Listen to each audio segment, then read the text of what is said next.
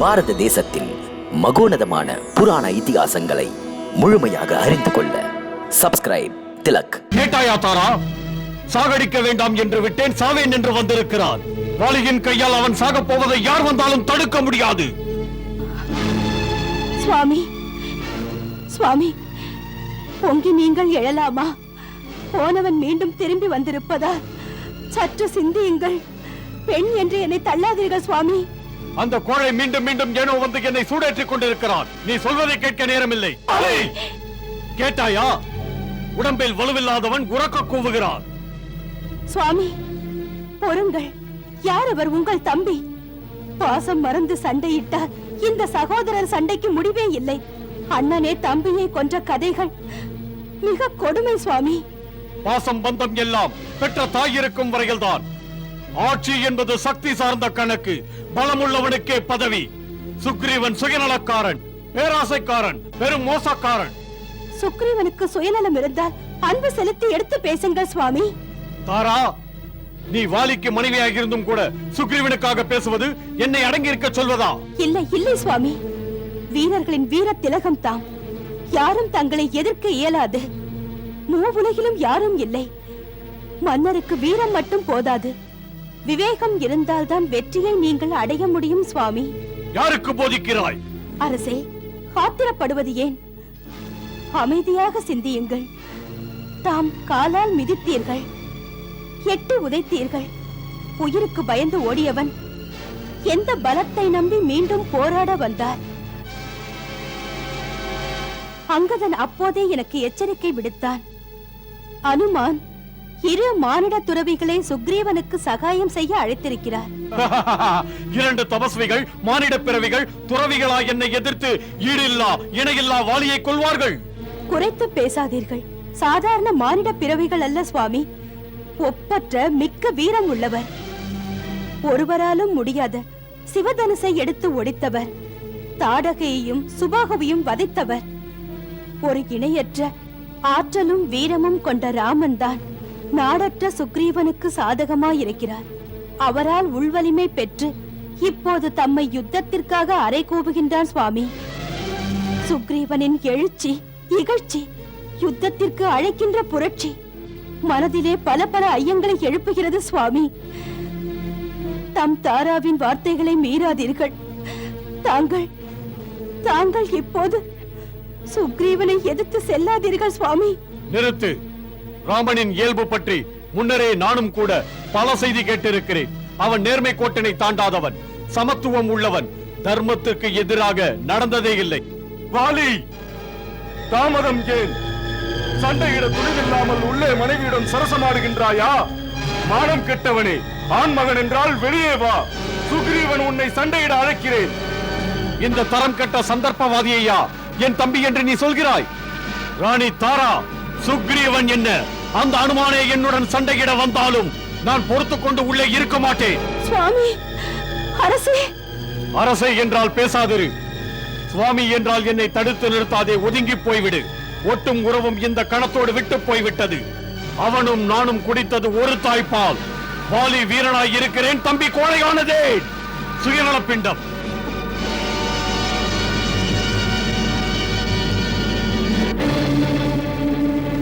சுவாமி, சுவாமி, அரசே, அரசே, உங்கள் அன்பு தந்தை தேவராஜன் இந்திரன் வழங்கியது இந்த விஜய ஸ்வர்ண மாலையை அணியாமல் செல்கிறீர்களே.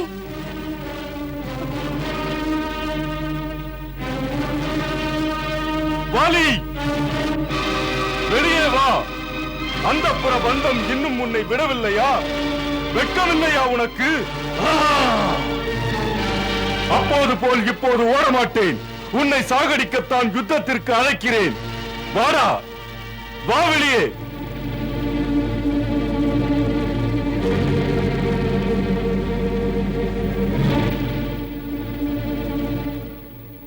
பெட்டையே, மீண்டும் வந்தாயா? அப்போதே உன் எலும்பை நொறுக்கி உடலை கிழித்துக் கொண்டிருக்க வேண்டும். இப்போது விடமாட்டேன். சாக போகிறாய் என்பது எனக்கு தெரியும். ஆனால் உன் சாவியின் கதவை தட்டும் என்று தெரியாது. சாவு யாருக்கென்று செத்த பிறகு உனக்கு தெரிய போவதில்லை. சுக்ரீவா, பொங்கும் எரிமலையுடன் மோதாதே. தாக்கும் முன் ஓடிவிடு. உன் தாய்தான் என்னையும் பெற்றாள். ஓடிய சுக்ரீவனை கண்டு நீதான் ஓடப் போகிறாய். அதையும் பார்க்கலாம். தம்பியின் தலை மீது சாவி என்று எழுதியிருந்தால் வா, புறப்படு. சரி, நட.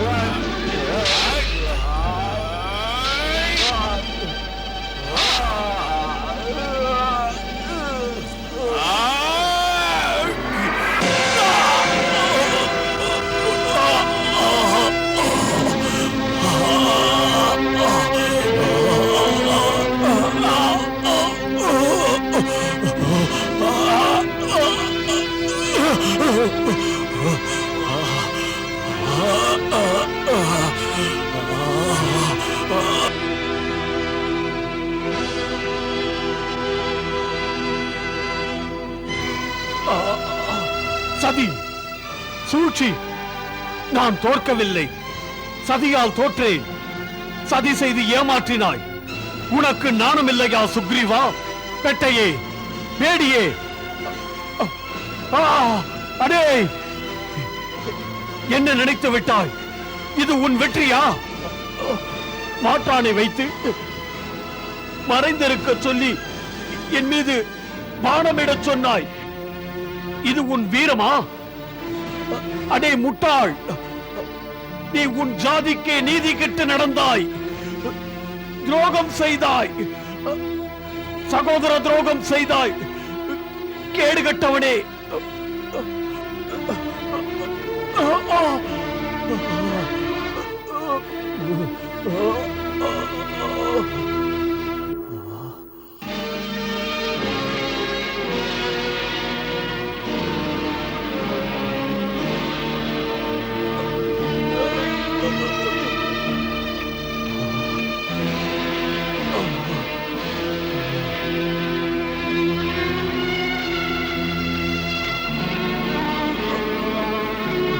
நீதானா?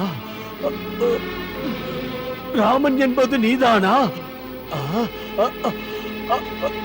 சூரிய குலத்து மைந்தனே ஸ்ரீராமா, தசரதன் செல்வமே ஸ்ரீராமா. தாழாத கீர்த்தியும் வீழாத கொடையும் கொண்ட அகண்ட ஆர்யாவர்தத்தின் இலக்கணமே நீ அந்த ராமன் தானே? தாம் நினைப்பது சரிதான் வாலி. இவர்தான் மரியாதைக்குரிய ஸ்ரீராமன். முதன் முறையாக பார்க்கிறேன். கிஷ்கிந்தை மன்னன் வாலியின் வணக்கத்தை ஏற்றுக்கொள்வாயா?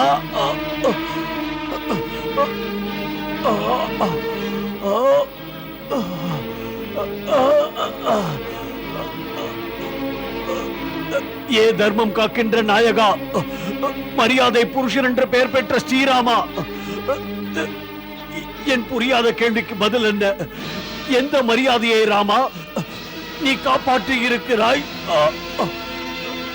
நியாயம் தெரிந்தவன் மறைந்திருந்து என் மீது பானம் எய்தினாய். இப்படி நீ செயல்பட்டது சுத்த வீரனின் லட்சணமா? இதனை நீ நியாயப்படுத்துவாயா ராமா? இப்படி செய்தது பூரணச்சந்திரனுக்கு கரும்புள்ளி வைத்தது போல் இல்லையா ராமோ? ராமா வாய்த்திர, ராமா வாய்த்திர, விடை சொல் ராமா, விடை சொல்.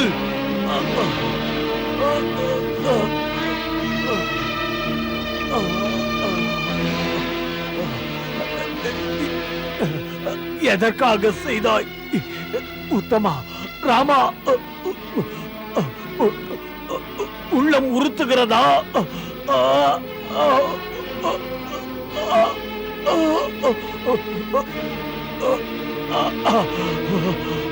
அனுமான், அந்த அம்பை எடுத்து விடு. வாலியின் வேதனை குறையட்டும்.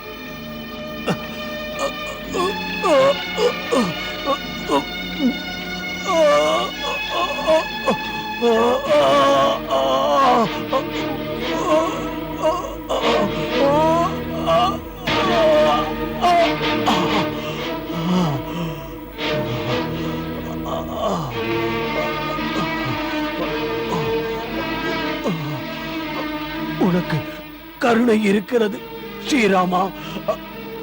ஒரு கேள்விக்கு விடை சொல். சண்டை போட்டது தம்பியும் அண்ணனும்.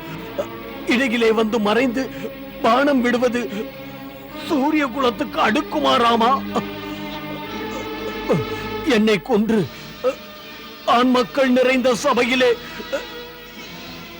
எப்படி நீ நிமிர்ந்து நிற்பாய்? பகை என்பது எனக்கும் உனக்கும் இல்லை ராமா. இதோ நிற்கிறானே சுக்ரீவன், இவன் உனக்கு நண்பன், நான் உனக்கு பகைவனா?